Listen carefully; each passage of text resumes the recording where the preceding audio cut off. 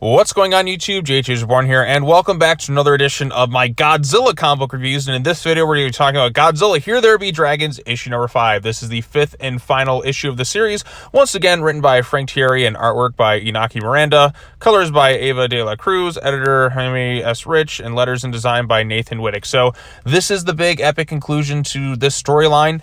And I'll admit, the ending genuinely did catch me off guard. I was kind of surprised they went with it. So I'm going to get into spoilers for this thing, but the ending, I don't know, like I feel like kind of like on the one hand it's a pretty neat twist of like what sort of happens, but also at the same time I feel like I'm like like kind of at the end of like a horror movie where they kind of give you one of those endings, like a big reveal, but then it kind of cuts to black, if you will. That's kind of what happens with the ending to this thing. So I actually kind of hope they do make some sort of follow-up to this comic book, because I do want to know more about what happens at the end, or if there are any sort of continuation of it. Otherwise, I'm just going to have this forever feeling of, man, that was pretty good, but the ending left me wanting more in a sense. But let's talk about the pros of this thing. So once again, we have Henry Holt, Captain Jack Sparrow, pirate guy, still drinking, telling the story about Godzilla Monster Island, the secret society that's all like connected to all this stuff.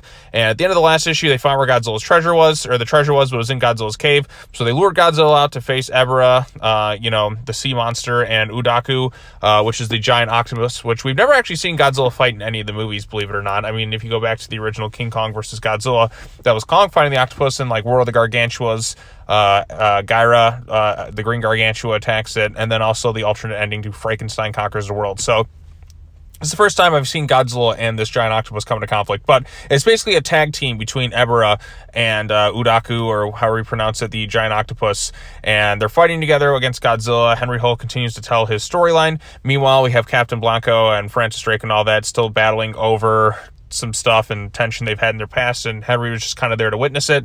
Godzilla eventually takes down both monsters in some pretty epic looking action. I mean, like I said, Godzilla in like a 2-on-1 match, he's the king of the monsters for a reason. These things don't really stand a chance, but again, like if it was just one of them, it'd be no real problem for our king of the monsters. But because it is both of them, it puts up a little bit more of an interesting challenge for Godzilla. But like I said, there's some cool stuff, some cool little kaiju action. The artwork here is really, really good.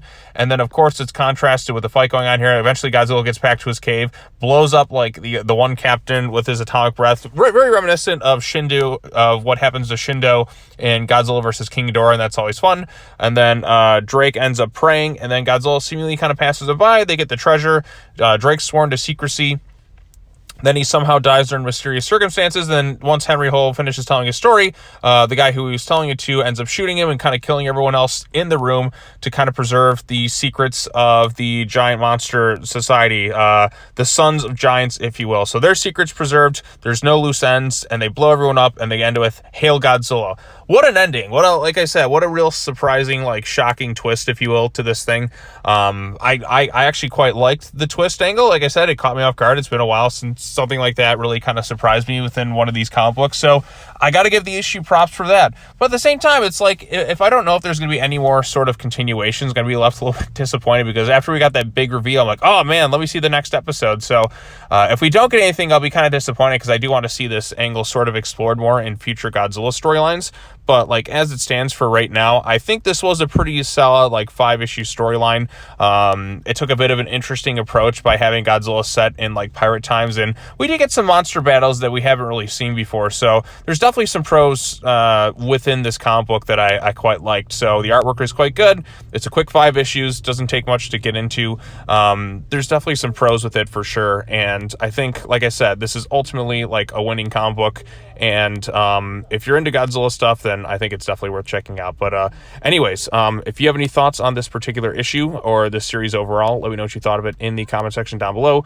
Be sure to like this video, share it with your friends, subscribe to the YouTube channel for more content, hit the bell for notifications, all that fun stuff. And as always, take care now. Bye-bye then, and I will see you all in the next video. Peace.